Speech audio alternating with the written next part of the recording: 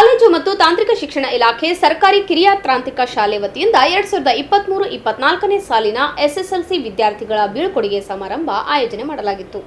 ನಗರದಲ್ಲಿ ಆಯೋಜನೆ ಮಾಡಲಾಗಿದ್ದ ಕಾರ್ಯಕ್ರಮವನ್ನು ಜಿಲ್ಲಾ ಕನ್ನಡ ಸಾಹಿತ್ಯ ಪರಿಷತ್ ಗೌರವಾಧ್ಯಕ್ಷರಾದ ಪ್ರೊಫೆಸರ್ ಯಶವಂತ್ ಅಷ್ಟಿಗೆ ಅವರು ಸಸಿಗೆ ನೀರೆರೆಯುವ ಮೂಲಕ ಉದ್ಘಾಟಿಸಿ ಮಾತನಾಡಿದರು.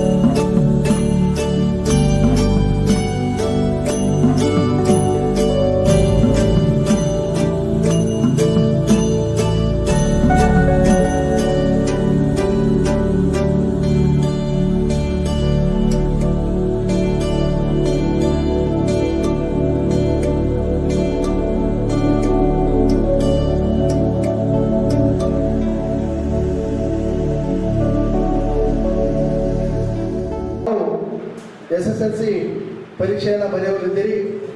ಎಸ್ಎಸ್ಎಲ್ಸಿ ಮತ್ತು ಪಿಯುಸಿ ಇವು ಎರಡೂ ವಿದ್ಯಾರ್ಥಿಗಳ ಜೀವನದಲ್ಲಿ ಒಂದು ಪ್ರಮುಖ ಘಟ್ಟಗಳಂತ ಹೇಳಕ್ಕೆ ನಾನು ಬಯಸ್ತೀನಿ. ಯಾಕಂತಂದರೆ ಎಸ್ಎಸ್ಎಲ್ಸಿ ಅಂತಂದರೆ ಇದು ಒಂದು ಮೊದಲನೇ ಪಿಲ್ಲರ್. ಈ ಎಸ್ಎಸ್ಎಲ್ಸಿಯಲ್ಲಿ ನೀವು ಅತ್ಯುತ್ತಮ ಅಂಕಗಳೊಂದಿಗೆ ಜ್ಞಾನವನ್ನು ಅರ್ಚನೆ ಮಾಡ್ತಕ್ಕಂಥದ್ದು.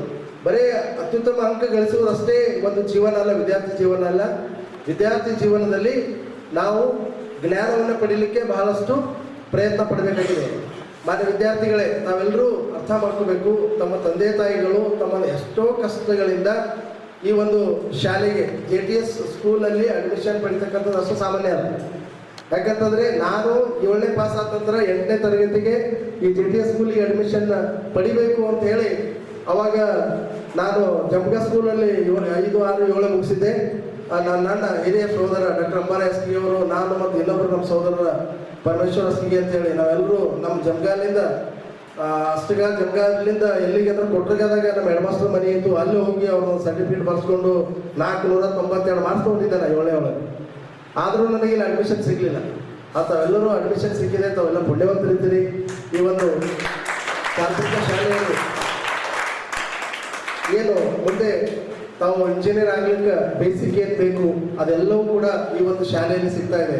ಯಾಕಂತಂದ್ರೆ ಡಾಕ್ಟರ್ ಬಾಬಾ ಸಾಹೇಬ್ ಅಂಬೇಡ್ಕರ್ ಅವರು ಒಂದು ಕಡೆ ಹೇಳ್ತಾರೆ, education is not only for job, it's a way of life ಅಂತ ಹೇಳ್ತಾರೆ. ಅಂತಂದ್ರೆ ಬರೀ ನಾವು ಗುಮಾಸ್ತ ಆಗಲಿಕ್ಕೆ ಅಷ್ಟೇ ಈ ಒಂದು ಎಜುಕೇಶನ್ ಪಡಿಬೇಕಾದಂಥದ್ದಿಲ್ಲ. ನಾವು ಎಜುಕೇಶನ್ ಪಡೆಯುವುದರ ಮುಖಾಂತರ ನಮ್ಮಲ್ಲಿ ಇರ್ತಕ್ಕಂಥ ಪ್ರತಿಭೆಯನ್ನು ಅನಾವರಣಗೊಳಿಸುವುದರ ಮುಖಾಂತರ ಮತ್ತು ನಾವು ಸಾಮಾಜಿಕ ಕೊಡುಗೆಯನ್ನು ಕೊಡೋದ್ರ ಮುಖಾಂತರ ಈ ಸಮಾಜಕ್ಕೆ ನಾವು ಬೆಂಬಲವಾಗಿ ನಿಲ್ಲಬೇಕು. ಸಮಾಜ ನಮಗೇನು ಕೊಟ್ಟಿದೆ ಅನ್ನೋದಕ್ಕಿಂತಲೂ ಮುಖ್ಯವಾಗಿ ನಾವು ಸಮಾಜಕ್ಕೆ ತಿರುಗಿ ಏನು ಕೊಟ್ಟಿದ್ದೀವಿ ಅಂತಕ್ಕಂಥದ್ದು ಬಹಳ ಪ್ರಾಮುಖ್ಯತೆಯನ್ನು ಪಡೆದುಕೊಳ್ಳುತ್ತೆ. ಹಾಗಾಗಿ ಒಂದು ಕಡೆ ಶರಣರು ಹೇಳ್ತಾರೆ, ಲೇಸ ನೆನೆಸಿಕೊಂಡು 4 ದಿನ ಬದುಕಿದರೇನು, ಲೇಸ ನೆನೆಸಿಕೊಂಡು 3 ದಿನ ಬದುಕಿದರೇನು, ಲೇಸ ನೆನೆಸಿಕೊಂಡು 2 ದಿನ ಬದುಕಿದರೇನು, ಲೇಸ ನೆನೆಸಿಕೊಂಡು ಕೂಡಲ ಸಂಗನ ಶರಣರಲ್ಲಿ 1 ದಿನ ಬದುಕಿದರೆ ಸಾಲದೆ ಅಂತ ಹೇಳ್ತಾರೆ. ಅಂತಂದರೆ ನಮ್ಮ ಜೀವನದಲ್ಲಿ ಒಳ್ಳೆ ಕೆಲಸವನ್ನು ಮಾಡಬೇಕು. ನಾವು ಎಷ್ಟು ಜೀವಿತಾವಧಿಯಲ್ಲಿ ಬದುಕಿರ್ತೀವಿ, ನಾವು ಸರ್ವಿಸ್ನಾಗಿದ್ದೀವಿ ಅಂತಂದ್ರೆ ನಾವು ವಿದ್ಯಾರ್ಥಿಗಳಿಗೆ ಸಹಾಯ ಮಾಡ್ತಕ್ಕಂಥ ಕೆಲಸವನ್ನು ಮಾಡಬೇಕು. ಮತ್ತು ನಾವು ವಿದ್ಯಾರ್ಥಿಗಳಿದ್ದೀವಿ ಅಂತಂದ್ರೆ ಬೇರೆ ವಿದ್ಯಾರ್ಥಿಗಳಿಗೆ ಓದಲಿಕ್ಕೆ ನಾವು ಪ್ರೇರಣೆಯನ್ನು ಕೊಡಬೇಕು. ನಮ್ಮಲ್ಲಿ ಇರ್ತಕ್ಕಂಥ ನೋಟ್ಸನ್ನು ಅವ್ರ ಜೊತೆಗೆ ಹಂಚಿಕೊಳ್ಬೇಕು. ಯಾಕಂತಂದರೆ ಈಗ ನೀವು SSLC ಮುಗಿಸಿದ ನಂತರ PUC ಹೋಗ್ತಿರ್ತಾವೆ.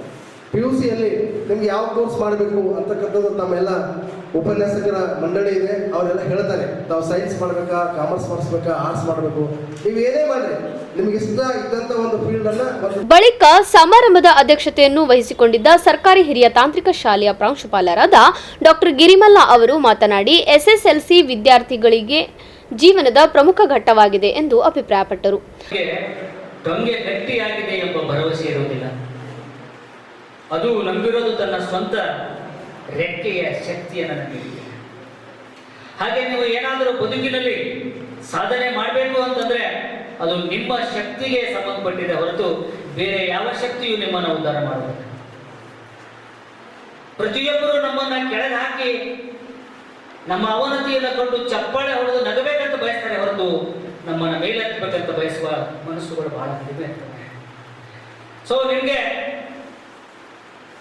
ಬದುಕಿನಲ್ಲಿ ಚುಚ್ಚುವ ಮಾತುಗಳು ಮೆಚ್ಚುಗೆ ವ್ಯಕ್ತಪಡಿಸಬೇಕು, ತೆಗಳುವ ಬಾಯಿಗಳು ಹೊಗಳಬೇಕು ಅಂತಂದ್ರೆ, ಎಲ್ಲಿ ಅವಮಾನ ಮಾಡಿದಾರೋ ಅವರು ನಿಮ್ಮನ್ನು ಸನ್ಮಾನ ಮಾಡಬೇಕು ಅಂತಂದ್ರೆ ನಿಮ್ಮಲ್ಲಿ ಛಲ ಬೇಕು.